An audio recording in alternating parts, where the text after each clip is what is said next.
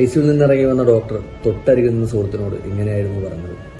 അറിയിക്കാനുള്ളവരെയൊക്കെ അറിയിച്ചോളൂ, 99% ഇദ്ദേഹം മരണപ്പെടാനുള്ള സാധ്യതയാണുള്ളത്. 1% മാത്രമാണ് ഇദ്ദേഹം ജീവിതത്തിലേക്ക് വരാനുള്ള ചാൻസ് കാണുന്നത്. അല്ലെങ്കിൽ എന്തെങ്കിലും അത്ഭുതങ്ങൾ സംഭവിക്കണം, പ്രാർത്ഥിക്കാം. എന്നാൽ ആ മിറാക്കിൾ സംഭവിച്ചു. അദ്ദേഹം ജീവിതത്തിലേക്ക് തിരികെ വന്നു. മരണത്തിൽ നിന്നും ജീവിതത്തിലേക്ക് വന്ന അദ്ദേഹത്തെ കാണാൻ ബന്ധുക്കളും സുഹൃത്തുക്കളും നാട്ടുകാരും ഒരുപാട് പേര് വന്നിട്ടുണ്ടായിരുന്നു.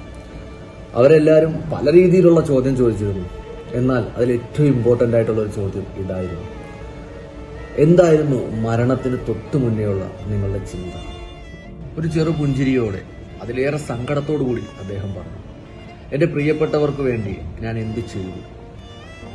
അവർക്ക് വേണ്ടി ഞാൻ ഒന്നും ചെയ്തില്ല. എൻ്റെ കുടുംബത്തിന് വേണ്ടി ഞാൻ എന്ത് ചെയ്തു?